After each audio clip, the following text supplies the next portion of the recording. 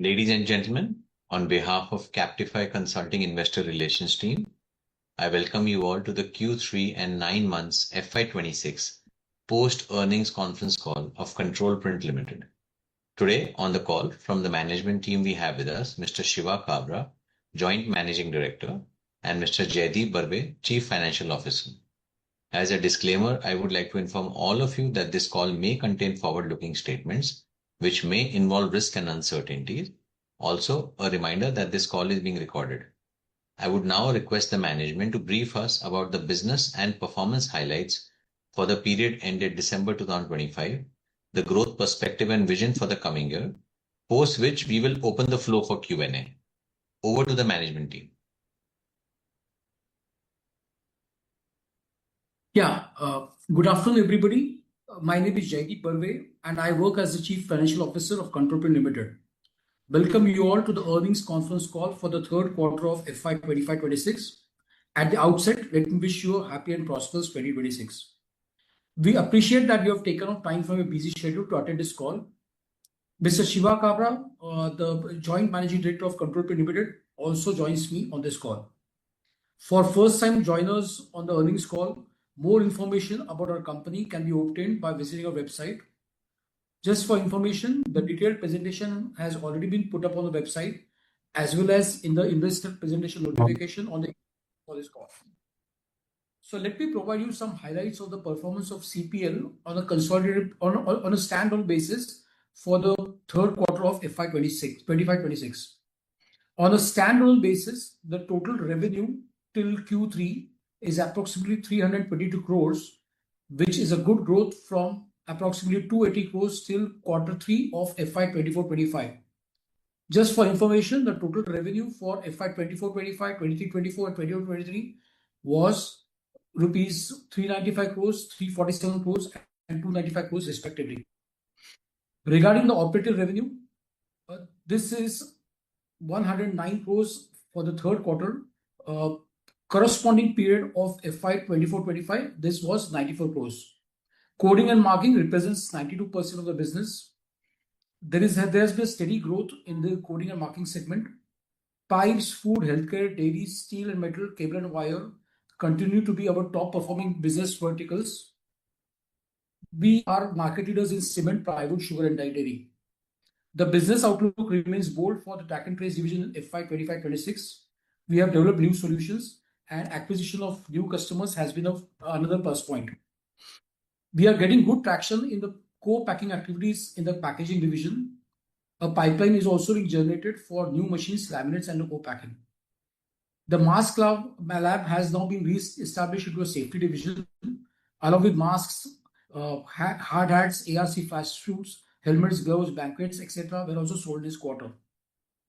On a standalone basis, the cost of goods sold is around 41%, 42%, 43% of the operating revenues in Q3, Q2 and Q1 respectively. Just for comparison, for the entire year of FY24-25, the COGS was approximately 42%. That said, we remain committed to optimize the procurement costs and also look closely into the economy, efficiency and effectiveness of operations. This, we feel, can definitely lead to a reduction in the operating costs, thereby increasing in the gross margin. Manufacturing costs are approximately 2% of the operating revenue. In the earlier periods, this was around 3%. Employee costs are 19%, 16%, 18% of the operating revenue in Q3, Q2 and Q1 of this year respectively. Depreciation is 4% and this is in line with the previous periods. Other expenses are 14% of the operating revenue in the Q3. On an annual basis, this has remained steady at 13 to 14% in the previous periods. Overheads will also be closely tracked with an aim to increase the overall profitability of the company. The EBITDA growth is at 21% YOY. PBT excluding the exceptional items was at 35% YOY growth. The PAT growth was lower at 19% due to higher tax provision in this quarter. The way forward, we wish to consolidate the existing coding and marking business. We would like to increase the install base, provide more robust solutions. An increase in prices has already been implemented. We want to develop new solutions and capitalize the available market opportunities in the track and trace segment. Similarly, the packaging business, both in India and overseas, will be closely monitored, and the emphasis will be towards increasing machine sales, co-packing, and the laminates. The overseas subsidiaries will definitely be continued to monitored with focused growth targets. We have already provided them business plans, and they have been asked for execution. I now leave the floor open for questions. We'll be happy to address them. Thank you, sir.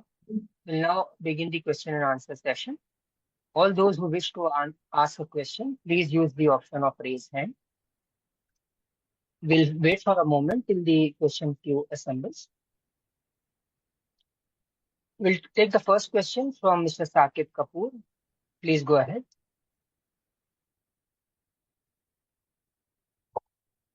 Yeah, Namaskar, Jaideep ji, Namaskar, Shiva sir, and thank you, Captify team, for hosting the call. I hope I'm audible. Yes, Saket. Yes, Saket, we can hear you. So, Shiva sir, firstly, if you could just explain to us, all the investors, how have our foreign subsidiaries and the consolidated results performance, what factors have again led to these lower profits on consolidation, and what's the roadmap ahead for you? And I'll just come up with follow-up once you start answering. So, last time I said that we should have a lower loss in this quarter and almost like a break even in the Q4 in our foreign subs, mainly the Italian one. Codeology and Markprint are like combined about break even, so it's not that important. And what's happened is that we've come out with a new model, a new machine, a new packaging machine in Italy. But okay, so what happened in the past, I'll explain it to you. It's a long story. The reason why, a lot of these machines were sold in the past. And I think that the quality control and that, getting from a 90% machine to a 100% machine takes a little bit of more effort. So what happened is we didn't want to repeat the same mistake. So we're, using more of a control print style of quality control and working out here to make sure the product is extremely reliable and robust. Because if that doesn't happen, the customer's not going to have the confidence to take the production on it.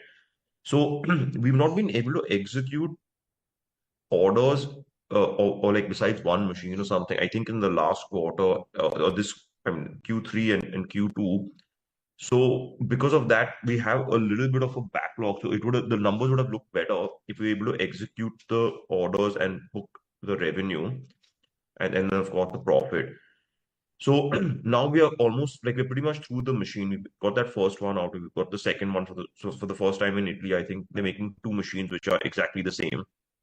And if this happens, and hopefully we should start actually executing a few of the orders we have, or rather all the orders we have, which will help, make the numbers in Q4 and maybe, Q1 of financial, whatever this 26, 27 better. So I'm expecting that it's not like we're not on target, but there's some, there were some execution issues, where we, as a company, obviously for us, the technology is first, and then comes all the other aspects of it. So as we do that, I think that, we're going to get a much better result going forward. So, and it's so like, I think the results are slightly worse than the reality. But, like I said, it's not like we're not losing money, but we should have been losing less money than what we were. So I don't think we're too far off our guidance. I think I'd said something like €1 million something, maybe it's more like 1.5 million, but we're not, we should do better. So to just understand it, it is the lower absorption of fixed cost that has resulted in these lower profits on a consolidated level, and going ahead with the dispatch of the machinery which is there in the order book and already ready to be dispatched, we will be seeing better operating numbers. This is a correct understanding, sir? Yeah, that's correct. That's correct. So I mean, I can also tell everyone, see, we have like about €800,000 a year R&D cost in it. This is like the direct R&D, people are just assigned for R&D only. and something else. So there's also other expenses associated. So if we actually, whatever R&D they're going to do is going to benefit us globally, because those same products are available for sale in India and Asia Pacific, and maybe in the future North America and other places. So I will say that it's also, because we expense all R&D, we don't capitalize anything. Because this is what we do in India, and I think Jaideep may be a better result. So I do think that also, and I don't want to make an excuse that it's an accounting style or anything, because we've followed this for a very long time. So I think, but it's also making the Italian performance look a bit worse, because they're not apportioning the cost of their development to the other areas where the machines are being sold. So that's where the difference is. But the technology is benefiting Control Print worldwide. If you are, I don't know, worldwide, but all the costs are being apportioned to Italy. So it's also making them look a bit worse than what they are. Thank you, sir. Yeah, join the queue for the follow-up. Yeah. Thank you. Thank you. Thank you, sir. Yes, I request all the participants to limit their questions to 2 per participant. We'll take the next question from Rushikesh Bhise. Please go ahead. Thanks for taking my question, and congratulations on good set of the top line numbers. My question is to Mr. Shiva Kabra. We spoke in July, wherein you said that the gross margins were impacted due to the higher raw material costs in the packaging business. So, and at that time you had said that you're doing some R&D wherein you are trying to crack something wherein which can help you in some cost saving, and that could lead to better gross margins. So now when we see the numbers, the gross margins have actually become better for the consolidated numbers, but then the EBITDA has actually gone down. So I just wanted to know, like, what exactly is the scenario over here? Yeah, so to answer your question, what the situation is as such, we're still working on the development of the single polymer recyclable material. It's now under final trials. That's also one reason the machines have been delayed, because the machine needed some modifications to work with this material. It doesn't work at the full speed, but it at least gives us an option of recyclability. So as a result, that is also, like I said, why partly the machines are delayed. Now we are purchasing the materials from elsewhere and selling it, reselling it as per the customer's requirement. And definitely when we manufacture the material, it'll be cheaper, but also we are more focused on the recyclable material. So the margins have not changed much in this meantime. If anything, with the euro going up or something, I don't know exactly, something or the other, it might have slightly increased. Our prices would have slightly increased, but with a slight lag. So I don't know till now if there's any benefit of all of these things. I think it's going to take another 4 months, because we have some pilot line that we're starting in Nalagarh, and which will shift later. So, Okay, so but the so line right itself now, will only be delivered in March, and probably by the time it's commissioned, it's going to be like April, May. So it's more of a pilot line, but we'll still be taking some production out on it, and it'll be relatively cheap to operate. It's just a lower volume, but we're talking about our volume, it'll still work. The second question you had, one was the margins, and then you said something about the EBITDA does not flow down to the EBITDA. So yes, there is a question that's there, and Jaideep and me are looking at very closely, because both the other expenses and the employee costs have increased sharply. I know some part of the employee cost was something like gratuity and some provisions or something that has been made, which Jaideep will give you a better read on that. So that's some part of the salary cost. But even if I take that out, there is a salary, there's a significant employee benefits cost increase. And the second part is that the other expenses have also increased. So we are actually taking a look at both of them, quite closely. Jaideep, I don't know if you got that number somewhere in this presentation. So yeah, so the gross margin, okay, it's sort of dipped to 58.1% from the previous, but I wouldn't give it too much importance right now. What I think is that the more important thing is that both the costs increase, the other expenses and the employee benefit expenses. And now I said that some part of the employee benefit expenses was some sort of an increase in some sort of provisions, which Jaideep will tell you. And then the bigger part of the cost there's a major part of the cost is an increase in the employee benefit cost. So we need to really go deep into that, to be honest, to understand what's where all these things have happened from and how this came about. And then the other expenses have also increased. So on both of these things, Jaideep is doing a deep dive. So he's maybe Jaideep can answer that question better. All right, that's quite helpful. Essentially, broadly, you're trying to say that at a gross margin level, the projects that we were, trying to say it's yet to be fruitful. It is going to take like another 4 months to another reflected into the gross margin, if I'm understanding it correctly. Yeah, it'll take 4 months to introduce the product, and then obviously once we introduce that and our cost of manufacturing is significantly lower, then obviously what we are importing from Europe is basically much higher than whatever we get from here. So, it'll definitely make the margins better. But what's important is the volume of the business should increase, in the meantime, for which the machines need to be placed and work perfectly. So I think that's also, so both things are important. But the margins will improve in the packaging business as a result of manufacturing locally. All right, Thank thank you you, so sir. much. That's very helpful. Thank you, Rishikesh. We'll take the next question from Vikram Hirawat. Please go ahead. Hello, everyone. Good afternoon. My question is to you, Mr. Shiva. So this is more product related. I was wondering if laser printers pose any significant risk to the consumable business. Now, I'm aware that Control Print does manufacture laser printers, but they don't, from my assumption, they don't really have the same sort of recurring revenue from consumables. Because once you supply that, there's no ink that goes in laser printers. And I'm aware that certain industries are, for example, the pipe industry is now using laser printers for marking solutions. Is laser printer a threat to the consumables business or to the inkjet printers? Yeah, so if I can answer that question, the lasers have been around for about 2 decades now, and I don't deny that, at least so what I've seen in the 90s, or even in the late 90s, they started, especially in certain high-speed bottling lines and certain things. So they have some fundamental limitations, and I'm going to go through this. So this is technical. So the first thing is they don't work on all materials. Okay. The second thing is they don't give a contrast. So for a lot of people who want a branded type of print, they're not going to get a contrast. And so like you said, when you print on a pipe, it won't give a contrast on it if it's a LLDP drip or HDP drip irrigation pipe. What it'll do is like an engraved print, which doesn't work for most people's branding.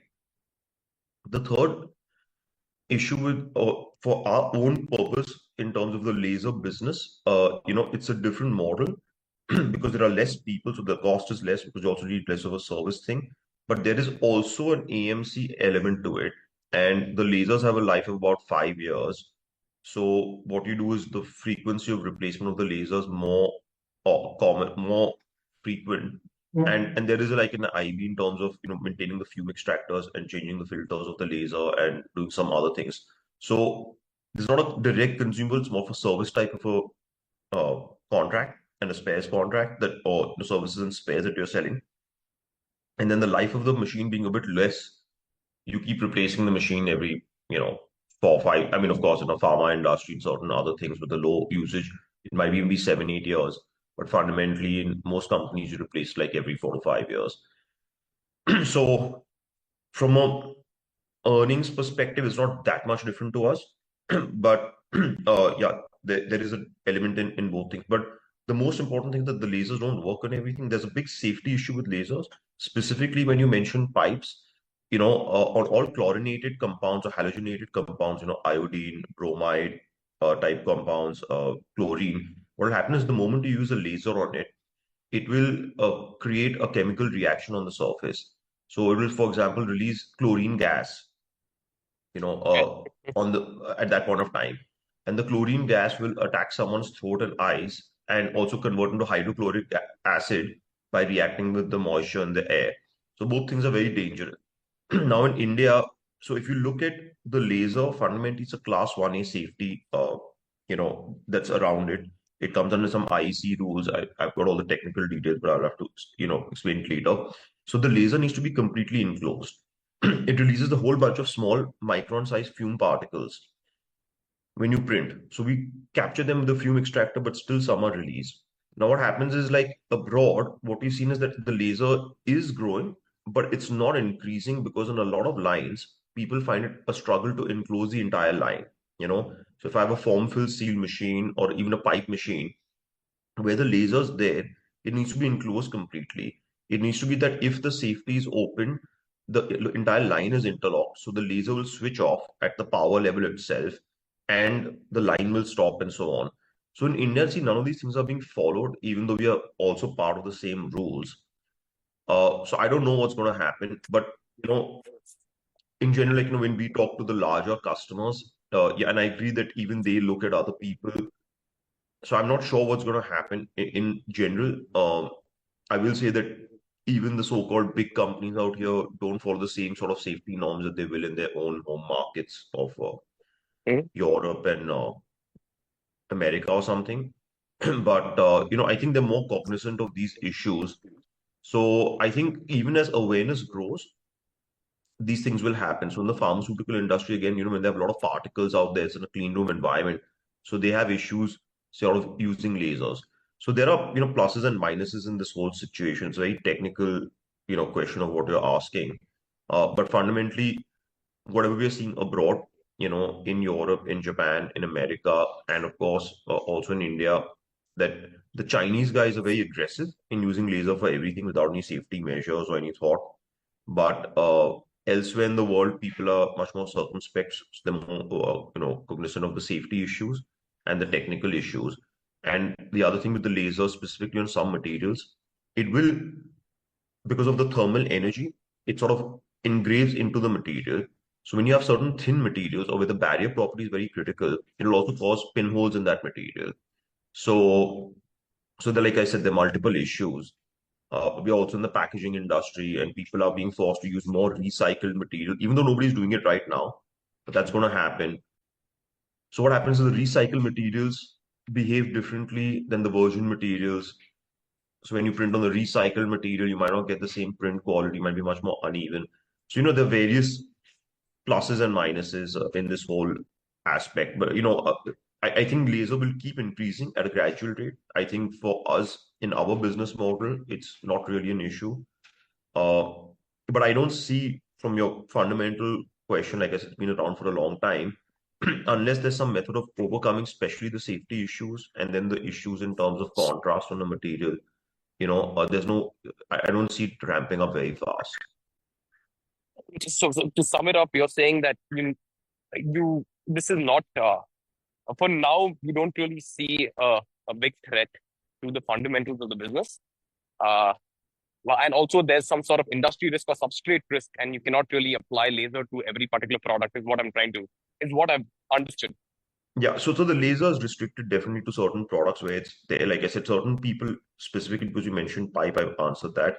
I'm saying in Mhm. certain places, people can use the laser, but it has safety issues.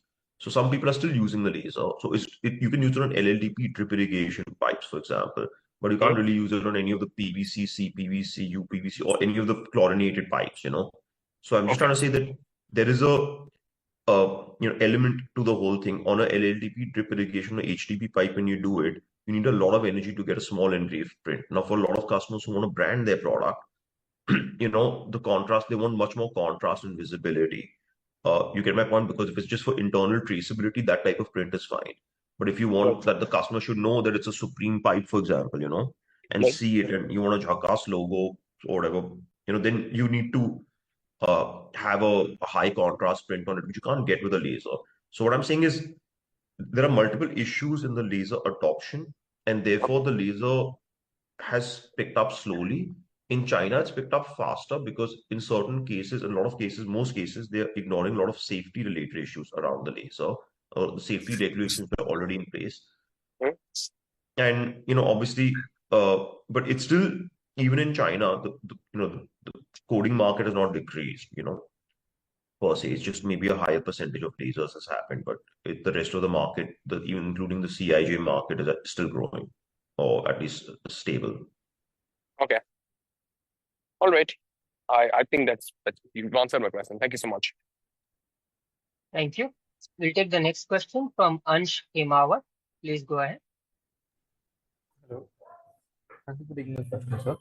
So, building on the previous participant's question, just trying to understand as to where was the delta in the gross margins and the employee cost. Can you just throw some color on that? Also on the other expenses, because Ansh, they there is a have. lot of background noise coming from your side. I'm sorry. Can you hear me now? There is background noise coming. Just a moment. Yeah, is it clear now? Hello. Yeah, better now. Okay. Yeah, hi. My question was regarding the decline in gross margins and the increase in employee costs and other expenses. Can you just throw some color on that as to where have we seen the delta over there apart from the gratuity and the other provisions that we've made? Because there seems to be a considerable movement in the employee costs per se. So that would be my first question.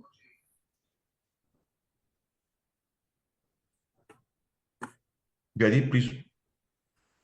Yeah, hi. I think I'll take this question, Ansh. So what's happened is that, as you rightly said, the employee costs have risen in the Q3 as compared to the Q2, and that is basically mainly a reason of adjustment of provisions. So you are aware of the new labor code, which has been mandatorily applied. So since 21st of November, now we are under the new regime of the new labor code. So as per the mandate given, we have to absorb all the past service costs also. So we had a major impact because of the gratuity provision, and also we made some kind of staff incentive provision. So that's the result why the staff costs, the employee costs have risen. Other expenses are on the higher side, but definitely we are looking at more cost control measures, basically business promotion expenses or travel expenses have grown as compared to the past quarter. We would like to concentrate more on the control aspect, and definitely we'll try our best to get a reduction on this and optimize the costs. So in the Q4 we'll make sure the results are better in terms of the overheads as well. But sir, in your note 5, you have said that there is no material impact on the new labor code. So there seems to be some kind of a mismatch over here, sir. I'm not getting the last line, Ansh. I'm sorry, I'm saying, sir, in your note number 5, to notes to the accounts, you have mentioned that there is no material impact to because of the labor code. So just trying to understand as to then No, what is the mismatch? well, It's the a couple of material impact, crores. It may be yeah. increasing in terms of the delta, but it's not a material impact on our overall results. Do you understand what I'm saying? If you're saying like the increases, what I think is your, because I don't know what the exact numbers are again, but I think that the employee cost increased by something. But okay, so about a couple of crores was the provisions, is my very approximate idea. And increased by 5 crores. It explains part of the delta, like he said, but it doesn't explain the entire delta. That's what I said before. But if you take out that amount, then the delta looks less. But it's not material in our overall results. I mean, we have to be honest about that. Okay. And so my next question would be on the impact on the India-EU FTA. Where do we see ourselves placed because of this? And do we see the foreign players being able to enter the market per se and being able to take our share in the market? Can you get some color on that as well? I can't hear you clearly. Could you please repeat this again? I'm sorry. Is it better now? A bit better now. Yeah, please. Yeah, I was just asking regarding the India-EU FTA. Do we see any foreign players entering the market post this FTA? Do we see any kind of movement coming from Europe in this space? Do we see any anyone taking our market share, taking our business from us? Can you just throw some color on this? It's absolutely of no consequence either way. May make our exports a bit cheaper. I don't know actually what the duties were previously on stuff from India to there. The three main competitors, Videojet, Domino, and Markem-Imaje, all manufacture in China primarily. and then Domino and MI have a assembly line right at the end for here. So they get the entire kit and they get like a sort of CKD or a SKD or something, and they just assemble it here. But since none of the three manufacture in Europe anyways to begin with, none of the imports are going to come via Europe. Uh, so I don't think that fundamentally anything changes. And more importantly, in our business, like I said, it's a sticky business because most people have a printer. Everyone is competitive. The service network needs to be there. Everything else needs to be there. And those are, I'd say, the most important critical factors for people to be successful in this business. So I don't think we are going to benefit much. I don't think we're going to in any way be impacted, definitely negatively. We're not going to be impacted negatively. I don't think it makes a difference to our three key competitors. Yeah, I don't see this being, I think, not really having an impact on our business per se. Thank you, Hans. All right, thank you. 1 year down the line, if it happened before, it could have helped a little bit in that the packaging machines and the packaging materials that we import from Europe would become a bit cheaper. But by the time I think this FTA is ratified, we'll already have our own production of the packaging materials. So I don't see it being useful in that aspect either. Okay, sir, that's helpful. Thank you. Thank you. We'll take the next question from Vinit Thakur. Please go ahead. Hi, sir. Good afternoon. Thank you for the opportunity, sir. I actually wanted to know a couple of numbers. So, what would be a segmental performance in volume as sales volume? What would be a sales volume of printer and installed base for 9 months? So, Shiva, I can answer this question. The printer sales for the 9 months are a little over 2,100 printers. And our installed base is about 22,000 plus printers. And so, what's our revenue breakup by region and by segments? So, within the coding and marking, we have 4 different streams of revenue. So, one is the printers, the other is the consumables, then the spares and the services. So, the breakup for the Q3 is 18%, 58%, 7%, and 15%. Oh, thank you, sir. And so, what would be your opinion about the Europe operations? When can we see a reversion of EBITDA margins?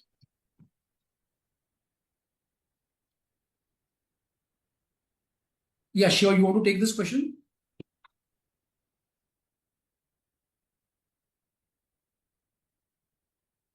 You just please repeat that question. I couldn't. It got a little cut off. I wanted some clarity, sir, since we were doing at 24.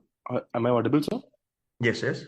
We were doing 23, 25, and 24 in FY22 to 24. And since Europe, we have fallen down to around 19%.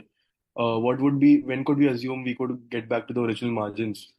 Or we could stop bleeding money at Europe operations? So I think, okay, I mean, I cannot say anything to everyone, but like if I look at it on a standalone basis, which is what is more important for us, now even the standalone basis carries, like I said, the track and trace business is break even. It might even be making money. Depending on how we apportion the overheads, it's making money, or I'd say on a marginal basis, it's profitable now. The packaging business, even in India and Asia, is loss making as of right now. And obviously in Italy and stuff like that, we have a much bigger, losses that we are taking on that account. Now, there are 3 different businesses fundamentally, or 4 different businesses. One is the coding and marking. I'll put the digital printing in that. That's like one business that is still growing. The profits are there and the margins are consistent and the profits have increased. Although we are still doing a breakup exactly of where the other expenses and the employee benefit expenses have increased. But we believe that the business has grown further in profit in line with the revenue, if not more. Okay. I don't want to give the exact breakup because we're not providing it in the presentation. But fundamentally, that business's gross margins and revenue, there's revenue growth of, I don't know, like 14, 15%, something of that sort in the standalone business. Some part of it has come from the packaging and the track and trace, which have grown faster, but from a much lower base. And that business is a profitable business and the margins are increasing. because our costs are not increasing that fast. But we're doing an exact checkup because the other expenses is something that we are confused about because we've not looked at it in that depth.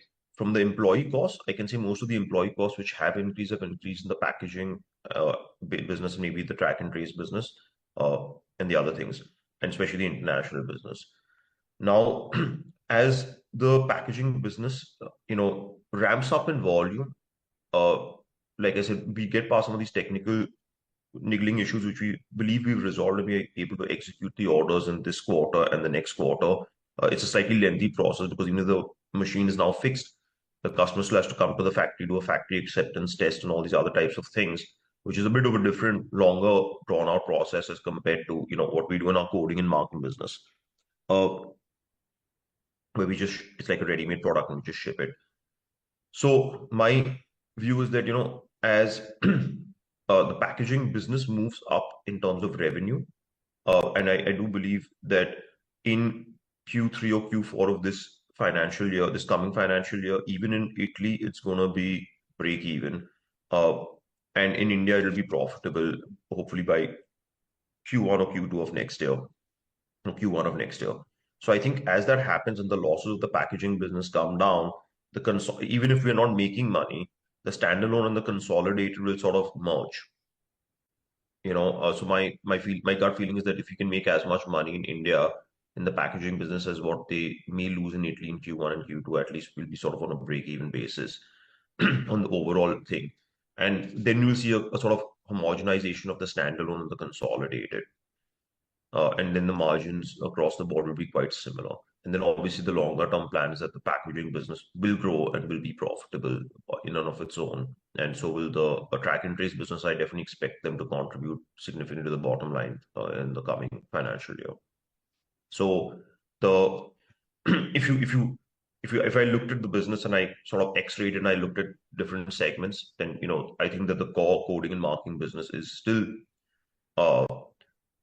as profitable on a gross margin basis, surely. I can say that. But I think even if, although we've not done that deep dive and apportion the expenses perfectly between the businesses, but even if, from whatever I can see from the employee point of view and other direct costs which are measurable for us, it has grown in profitability. It has grown in percentage margin, in a EBIT basis. It has grown. Thank you, sir. And one last question would be, sir, what is Sorry, may I request you to rejoin the queue, please? Okay, we'll reach out. We'll take the next question from Subham Jain. Please go ahead. Hello, am I audible? Yes, Subham. Sir, my question would be, if we are operating in an oligopoly market itself and we have so much of unutilized capacity, why has our market share remained or capped at around 20 odd %?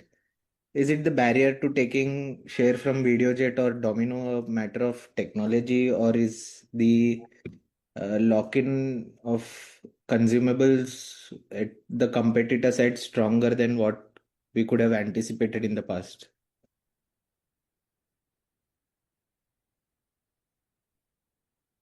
So, Shubham, Yes. can you hear me clearly? Yeah, sir. Yeah. So, I mean, I think this question has been answered in many calls.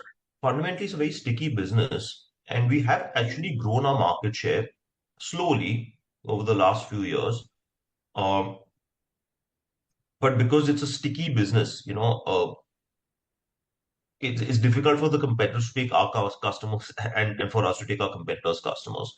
So it happens, but it's a bit of a slower business. But technology-wise, I think we've got the best product stack right now, definitely. So what could trigger a market share increase, let's say hypothetically? So definitely one of the gains we've had is more like, in our non-CIJ products, and where, especially in the thermal inkjet and the piezo, where we've gained market share. So as technologies change, like, some earlier person was talking about laser. So, sometimes people are more open to using someone else's CIJ and then, a second supplier's laser going forward, or a second person's, thermal transfer or thermal inkjet. So I think that's one area where we feel maybe that's some opportunity to gain market share. And the second is to, just continuously perform a bit better and just keep making these small market share gains because they're very profitable. So even if the market is growing at 10% and we're growing at 14%, that's still quite profitable for us. It's because that extra 4-5% is it's a lot of money. Right. So, and the second question would be, we are running some pilot projects with pharmacos. And what is the typical gestation period from, let's say, pilot to getting a full-scale rollout? And what could be our potential, let's say, value addition in top line and bottom line, if you could, from that, if you could just give some So color I on that. cannot answer the top line and bottom line part because it's all hypothetical. But right now the pilots are sort of over. But there's a lot of negotiation going on right now. Some contractual elements to the negotiation. It's not just a commercial negotiation. There's also legal aspects to it. So we are in the process of trying to finalize those deals. So, But okay. it's one of those things that we have to go carefully because this is not a regular type of a sale of product. This is a patented technology we are giving, and there's certain restrictions in what the customer expects us to do and what we can provide and so on. Uh, so I think that given that we have two of the top 5 or 10 customers in India and in the previous thing, so I think we have closed it now to in a finalization stage, in a commercial negotiation stage. But we're trying to close that hopefully in this quarter. Okay. So lastly, what is the... It'll be soon. It'll be soon. But like I said, Thank you, sir. there's a little bit of back and forth because both people have given it, us and customers have also given it to their legal teams just to make sure. So when lawyers get involved, everything slows down and it costs a lot more money. Okay. Okay. Thank you, sir. I'll join the queue. Thank you. We'll take the next question from Nitin Grover. Please go ahead. Yeah, good afternoon, sir. My question is for Mr. Jaideep Barve. I hope I'm audible. Yeah, you are. You are. Okay, thank you for that. So, first of all, congratulations for an impressive growth in the top line. Okay, you published the numbers. I'm sure you can throw some color on the significant increase that we are seeing in the employee cost. Okay, I think you did mention that some part of it relates to the change in the labor codes, and another is on account of the increase in the provision on the side of incentive, right? Just wanted to understand what is the policy that you are following in terms of making a provision for incentive. Are you making an upfront provision for incentive before the sales happen? And because of that, there is a mismatch because the increase is quite significant. When I look at the numbers, it is a 28% increase in employee cost over last year and 22% over the previous quarter. And it is definitely impacting the overall profitability that we are seeing for Control Print for the third quarter. Okay. So, yeah, thank you. Yeah. Nitin, I would like to address your question this way. See, incentives are always a result as of like a planned structure process. So we identify the employees who need to be incentivized. We also have sales incentives policies. We've got incentive policies for the service managers. Plus, we've got incentive schemes for the back office team. So as and when, for the people where the results can be quantified, like sales and services, everything is calculated. For the others where it is more of a non-quantified basis, what we do is that based on our experience and based on the performance, we prepare a list and we get it approved, and then the provision is made according to that.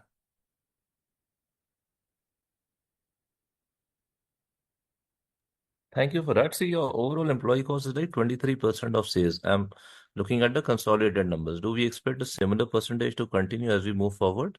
See, we are definitely looking at optimization of not just the employee costs, but we're also looking at optimization of even the cost of goods sold and the other overheads. So definitely we'll see some kind of a good improvement in the periods to come.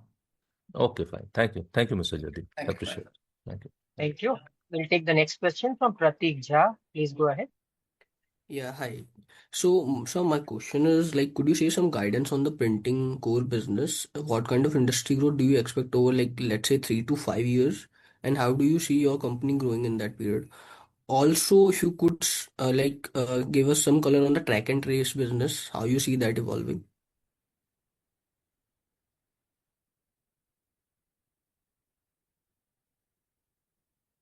Yeah, so Prateek, to answer your questions, now specifically looking at the coding and marking business, it's going to grow at 10, 11%, 12%, depending a little bit on the Indian economy. Like we're assuming that India is going to grow something like 6, 7%, and then, coding and marking will be like 1.5 times that, and so on. And we've been doing a bit faster than that. We feel that our product portfolio is better than the competitors. So we'll be able to continue growing at that. Right now, considering our lineup and everyone else's lineup and our edges compared to everyone else's, for the next year or two, one thing, like, because I can't predict 5 years down the line, but I'm sure we'll grow at the market. But maybe in the next year or two, if we still maintain our product edges in, the thermal inkjet and the piezo and certain other things, we may be able to grow at faster than the market, like about 15%, growth rate, according to me, give or take, a couple of percent here or there. And obviously, if we maintain that edge, which we feel we've got a strong, organization, a strong everything, maybe we'll be able to maintain that 15-ish% growth rate for a longer period. But like I said, there is a technical element to it, although I know I said that it's very sticky, but it's also there's a technical aspect to it also. The product does matter. The second part of the thing was the question regarding the track and trace business and how it's evolving. So I said, like I said, it's already a few hundred crores, like Jackson, ACG, those types of people are there. We're coming with a slightly different strategy. We're doing some more plain vanilla stuff right now. Now we've sort of finalized certain elements where we should be able to go for more high value added business. And if for us it's more of a fusion of the track and trace into something which is going to give much more business intelligence to the customer, rather than just meeting a compliance requirement. Because then we have to meet the compliance, but how can we sort of connect that to resolve some of the customer issues? So first let me let me try to conclude those two contracts. Let us try to conclude them and roll them out. They are pilots, the big pilots, like the pilot has to be commercialized now. And if that happens, we'll be busy with that anyways for quite a lot of time. And then we'll have to see what the market reaction is and whether what we believe we're providing the customer as a benefit, what the customer believes he's getting. If he's getting it, the market is big. And if he's not actually, the theoretical benefit versus the practical benefit is not there, then, yeah, we'll still sell stuff, but then it might not grow at that same rate. So it's very difficult to say. We're making a technology platform play in both the packaging business and the track and trace business and digital printing. So they're very different from the coding and marking business, where it's a very established platform and everyone knows what they're getting. Thank you, Shiva. Just a small So follow-up it's question. difficult to predict is my point, because these are like, they can they can be hockey stick type of growth, or they can just not take off. It's very difficult Right. for us to predict.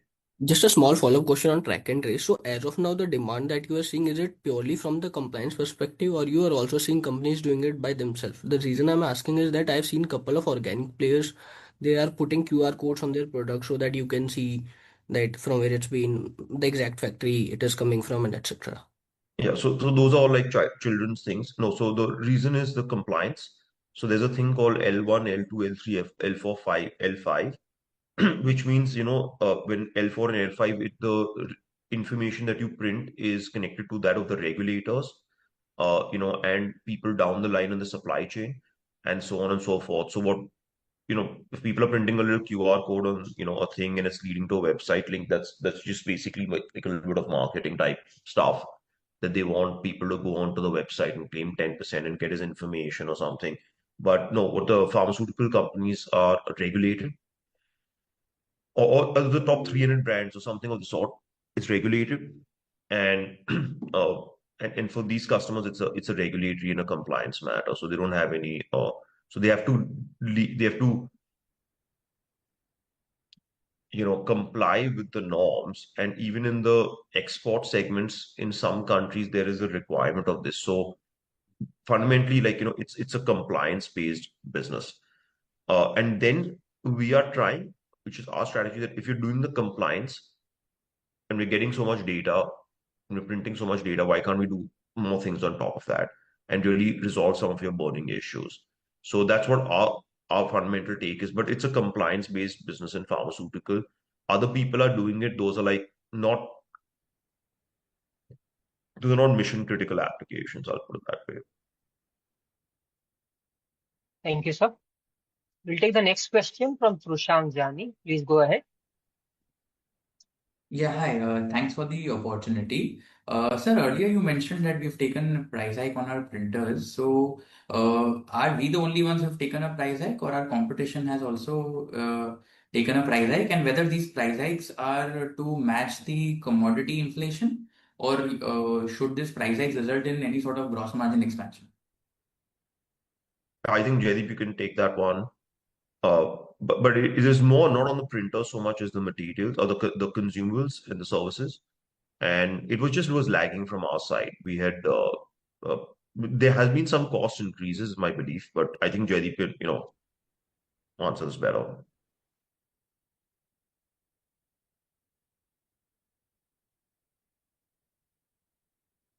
Jaideep, I think maybe he's gone off the call. Sure, I'll ask my But next question. I recently met a company who had a packaging solution similar to V-Shapes, but it was not V-Shapes, it was some Chinese supplier. yeah, So, wanted to know if you are aware of any such Chinese competition there in the market, and how does our patent protect us against such competition? yeah. So the patent protection is quite fundamental. Uh, there are two companies that are there in this business. One is Easy Snap, which was founded by the person who's founded V-Shapes, and that uses an older patent. Now, that patent itself is being violated by the Chinese companies. And they do have a patent in China, but someone needs to go to China and sue those people and so on. And it's not easy to do that with a small Chinese company because the guy will shut it and his brother or sister will open a new company or something. So we'll have to go after the customers or something of that sort. But we don't have any, to be honest, real presence in China, so we don't know how to get all this stuff done. But we do have patents in other countries, and we are not afraid to take legal options. So if a large customer out here employs one of those machines, we're not afraid to go to court. Okay. Now the Easy In Snap terms patent of will expire. in terms of the The easy, pricing of those printers versus and as well as the per unit price, how would may, that may I compare just with us? finish this thing on the packaging machine? Now, if the Easy Snap patent will expire at the end of the year, so the Chinese people will be able to copy that type of machine. It has fundamentally some limitations, which is the reason we purchased V-Shapes, because we figured out that this technology is going to have a benefit. And we have a patent till 2036 in all major jurisdictions.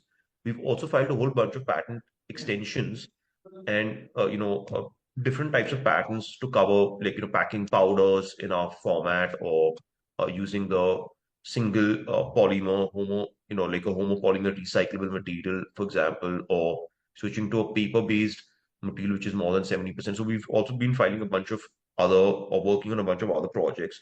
So we expect that with an ecosystem of IP, things around this, it will make it difficult for people to get into the business because you cannot service all the needs of the customers and so on. So right now the Chinese guys who are selling are fundamentally, as of right now, out of patent of the Easy Snap. People are not copying the V-Shapes machine as of yet. It's more complex, much more complex to make. They will copy it. Whenever they do, we will sue them. That's as simple as it is. Okay. And currently, the Easy Snap technology, which is there, how is it competitive in terms of pricing wise, say per unit sachet and the printer, the packaging machine itself versus our solution? They're very similarly priced. The main difference is that Easy Snap is running on an older technology, so the speeds are much lower. Mm. And also because the way they cut the material without a shape, it's much more difficult to do that consistently. So the material tolerances have to be much lower. And if the material tolerances aren't perfect and the setting of the machine is not perfect, then the chance of you making too deep a cut and the material leaking, or you making too shallow a cut and the product not snapping increases quite disproportionately. So yeah, Easy Snap is not the main issue out here. The main issue right now is for us to just grow the market. It's not a competitive situation. It's more of a, I think all customers know that our product is not superior.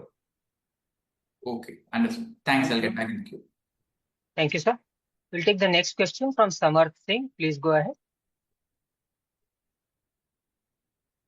Yeah, thank you for the opportunity. Just a question on our cash flows of assuming our packaging business breaks even and we're doing about 50 crores of cash flow a year. How much of that will go into capex to maintain the 15% growth in the coding and marking business? And how are you thinking of the balance and plans to utilize the same? So I think, approximately what we depreciate, we spend about that much as maintenance and other types of capex. We don't even spend that much, but part of the depreciation is also certain things that we've invested in, certain tooling, certain other things that we do. So I don't think that fundamentally the capex is required.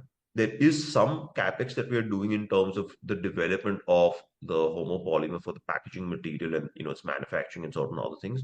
But we don't expect either.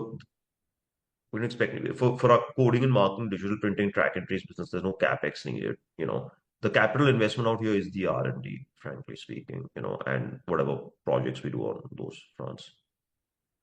So, but the And R&D, the cash flow is probably higher than 50 crores, but I'm not sure what it is. Jaideep will give you a better number.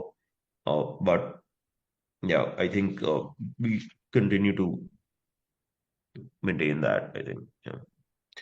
so Shiva, the R&D is expensed or is it capitalized? That's the first one. And the 50 crore was from the presentation that you have posted for this quarterly results. So I got the number So from it that. might be on a consolidated basis. I think a standalone profits are higher, and what's happening is some of that money is going into funding the losses and the other things of our subsidiary. But Jaideep, you're here?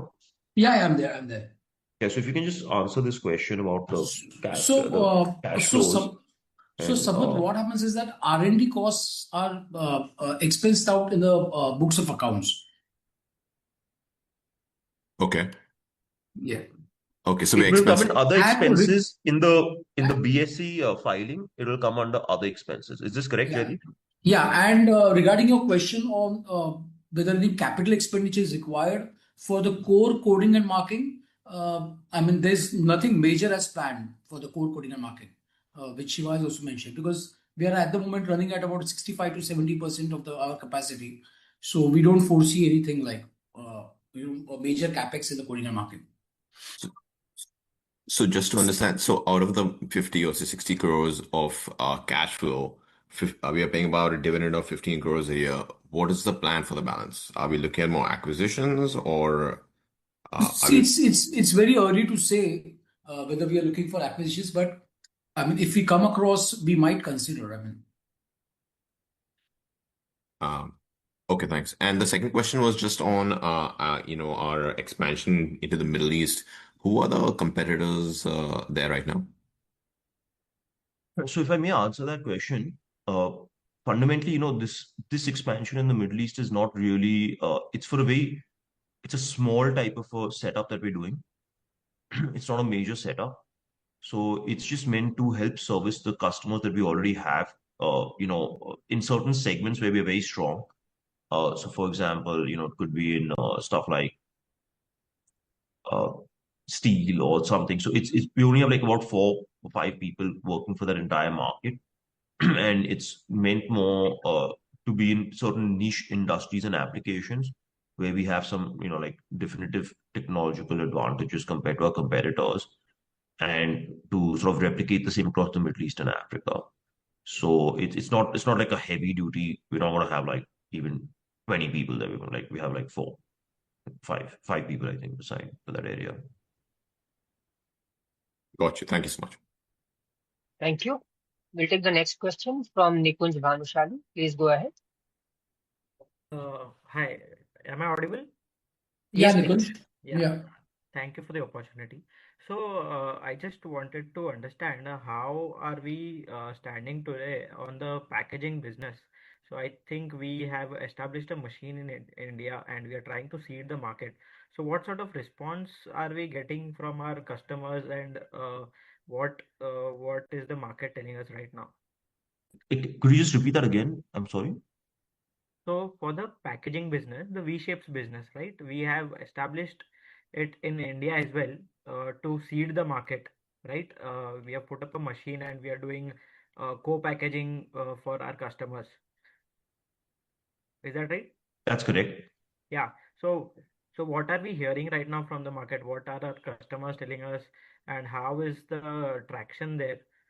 And are we seeing any demand and any growth there? Yeah, so I think what happened was there is demand. We have 4 machines installed in India also.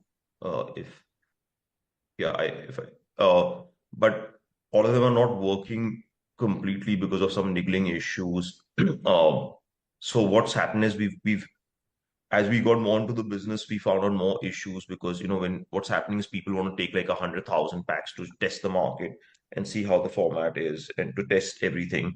Now, what happens in that given situation is that they have a bunch of technical issues because we struggle to print that much in such small quantities and certain other things. So as a result of this whole thing, it's been a bit strange, but the market is good. It's actually quite positive, and I have no problems with uh, the way the market is shaping up, and it's definitely picked up in the last couple of quarters. Now we're really working on trying to execute the orders that we have, especially for the co-packaging, and get the guys who bought the machine streamlined so that because even they have the same thing that a lot of like those guys are exporting, but then the customers they have are not taking one product and continuously running it. They have a range of different serums and face creams and I don't know whatever stuff that they use, and it's a bit painful because we need to fundamentally like provide for all of those different situations. So to print it, to test each material, test the compatibility, do the stuff, whether you make a billion or you make like 10 pieces, yeah, it's still the same amount of work for us. So to get the artwork, to qualify that. So we've been working a lot on streamlining the process. We especially had a lot of problems in printing smaller batches and our turnaround times because it takes 3 months for us to get something reverse printed and laminated and sent back. And most customers want everything in 30 seconds, so Right. uh, so we've been working a lot more on streamlining our own supply chain because the getting the machine, installing the stuff, getting the licenses, all those things was one part, but we were not so equipped maybe to get those quick turnarounds for a lot of customers. Right. You mentioned But the demand is definitely increasing both here and in Italy. So I think now the things are much more streamlined. Even our own team has a lot more confidence that we can execute the co-packaging orders, and as a result, they are much more comfortable in taking a lot more orders. So yeah, that's what the thing is. right. You mentioned Thank 4 you. machines we have established, right? Can you In say that India. Yes, again, please? Can you say that again? In India, we have sold 4 machines, right? Is that what you said? Yes. Okay. And just in case of our acquisitions, how are each one of them doing? If you could share some numbers, like Codeology and Markprint, what are their 9-month numbers? Eddie, if you can help out with this, please. Yeah, so the 9-month numbers for Codeology is it's they're picking up the business, in fact, but there's still like something to catch up. So for Codeology, I mean the entire consolidated Codeology group, we are having a loss of about 147,000 euros as of now. Sorry, pounds as of now. And for Markprint, I mean it's a good position, though not a great position. Markprint generates profits, so we are not overly worried about that. However, the scale of business can definitely be improved for Markprint. Right. So majority of the Thank you. losses is coming from the V-Shapes, right? The Italy business. The major losses are coming from Italy. You're right. Okay. Okay. Correct. You're right. That's it from my side. Yeah. Thank you. Thank you. And Thank you, Nipanj. Sir, due to time limitations, that was the last question.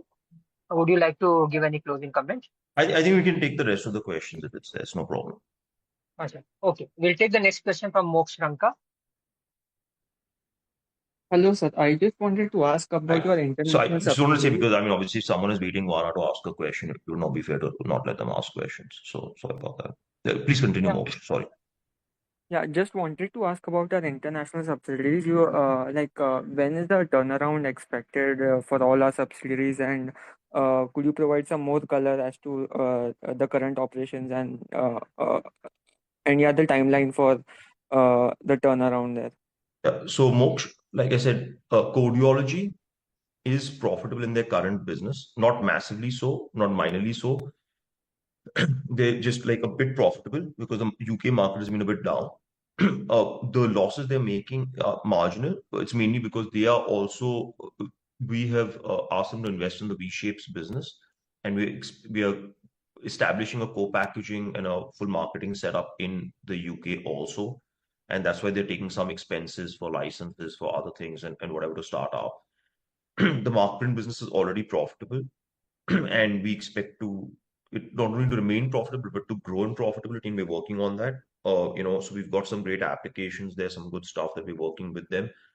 Now, the Italy business is fundamentally what we're all talking about, because that's the major loss-making entity. So I mean, Codeology market is not really that relevant in terms of the overall factor. The Italian business is the main one. And I'm expecting in Q3 and Q4 of financial year 26-27, they will be break even. And I'm expecting that Indian business in packaging will be break even or break even at least in Q1 and Q2, and profitable by Q3 and Q4. And so hopefully, I'm hoping that next year, the packaging business as a whole will be break even. If I combine it across India and Italy and even the UK and so on. Does that answer your question? Yeah. That's it from my side. Thank you for answering the question. Thank you, Moksh. We'll take the next question from Madhur Rathi. Please go ahead. So thank you for the opportunity. Sir, I wanted to understand regarding the solution that we are offering in track and trace, and how is it different from ACG and the other players? Because I understand, sir, none of these players manufacture printers as we do. So if you could just help us understand how is our strategy different, and can we do a partnership with the likes of ACG who do packaging and all by supplying our solutions to them? So that's a very good question. Our solution is quite different to what they're doing. Like I said, everyone is doing the compliance.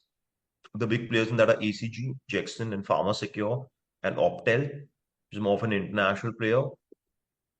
And we're also one of those guys who has the entire solution from L1 to L5, and we get the entire compliance done. The difference between us and the other players is that we are focused more on meeting the compliance needs like them, but also using our printing capabilities, our software capabilities, and other stuff to offer a more comprehensive solution to those pharmaceutical customers so they can tackle other business issues of theirs. Now, I can't tell you exactly what it is. Like I said, if we finish this negotiation and we roll out the pilot and I get a permission from the customers, I will make a presentation on this. Like we make a white paper and a presentation, which we'll provide to everyone next Got time, it. maybe whatever it is. So let me just finish this thing. Hopefully we are able to conclude everything and move ahead. Yeah. Got it. And so second question was, recently there was a publication that your seed companies need to have a barcode and they need to have traceability on their packaging. So can that be additional market for our track and trace solution along with our the printers and the consumables that we provide?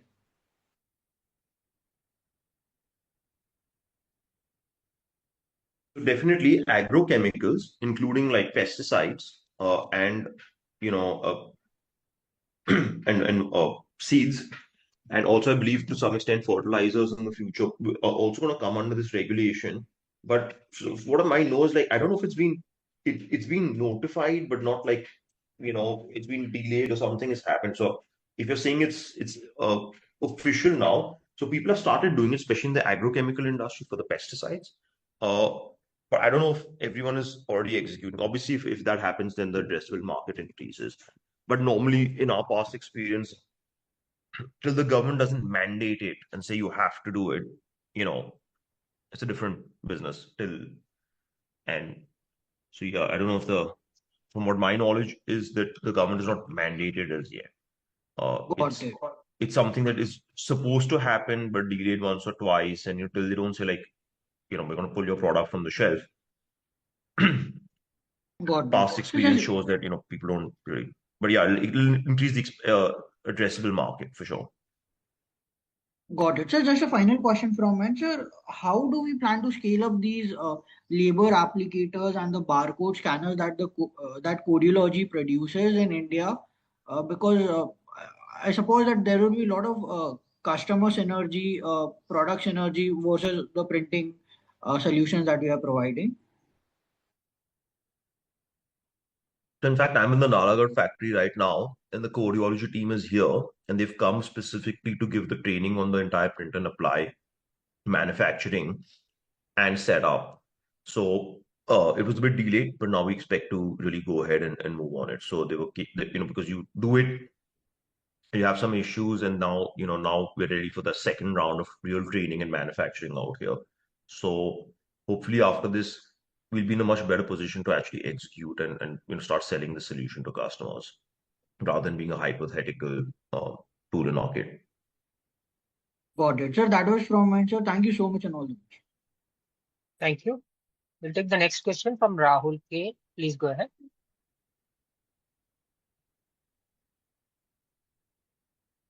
Hello.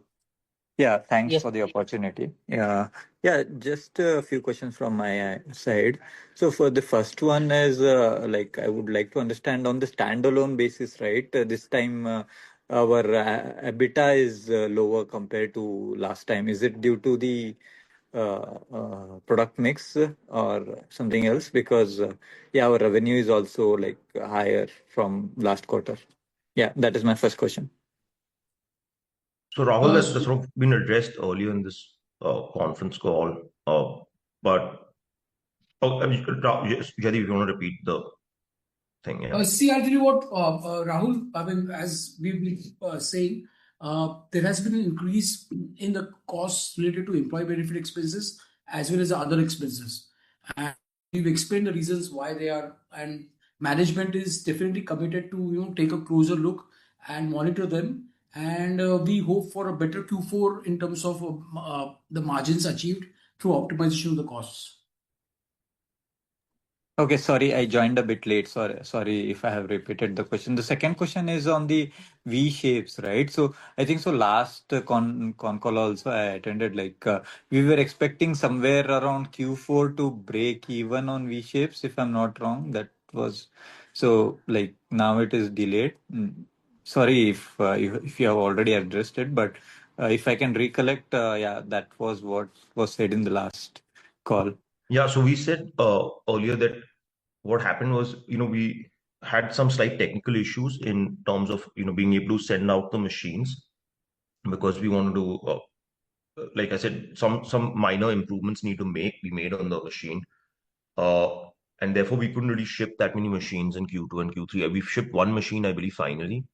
And in this quarter and next quarter, now we should be able to ship the remaining machines that we had, like a few machines, like not a huge backlog, but we have a few machines that we need to ship out. That will reduce the losses in Q4 and Q1, or help us do it. So that will definitely help improve the overall performance. And at the same time, we're also getting a strong push in the co-packaging business. I won't say it's particularly profitable. It's more to help popularize the product and scale people up so that they start becoming machine customers and or do the co-packing elsewhere with our package and so on. So I think from that perspective, it's looking positive. Yeah, and I'd given a specific guidance that in Q1 and Q2 in India will be break even in the packaging business and profitable by Q3 and Q4. And in Q3 and Q4 of this coming year, I expect that Italy to be break even. So there'll be losses, but they'll be on a declining platform from now on. Okay, and one last question. Like, do we maintain the current like mid-teen growths, what you like projected in the earlier calls? So we maintain that guidance? Can you repeat that again, please? So I was saying like we projected mid-teens growth, right? In a previous con call. So do we project, we stand on that projection, right? Or do we have certain... Right now, I think we've got the 9-month figures and so on. Jaideep, I don't know, what we did, like some 16% growth or something like that. Yeah, it's Something like that. 16% growth, correct. Yeah, so yeah, hopefully it'll continue on a standalone basis in that zone or something. So yeah, I mean, for 3 quarters, and obviously, like I said, if the coding and marking market is growing at a certain pace, and then hopefully we'll be able to grow faster than that. So so far we maintained that for this year for 9 months, and of course for next year we'll definitely see for next year. Thank you, sir. Okay, thank you. Thank you. Sir, since that was the last question, would you like to give any closing comments? Just wanted to thank everyone for participating and really appreciate your time. Obviously, I think a lot of questions regarding the gap between the standalone and the consolidated, and then because of some tax reasons, the PAT looks a bit poor. But we are quite convinced that the standalone and the consolidated will start merging in this coming financial year. Yeah, thank you so much, everybody. It was nice to have you on the call and keep supporting us. Thank you. Thank you to the management team and thank you to all the participants for joining on this call. This brings us to the end of this conference call. Thank you.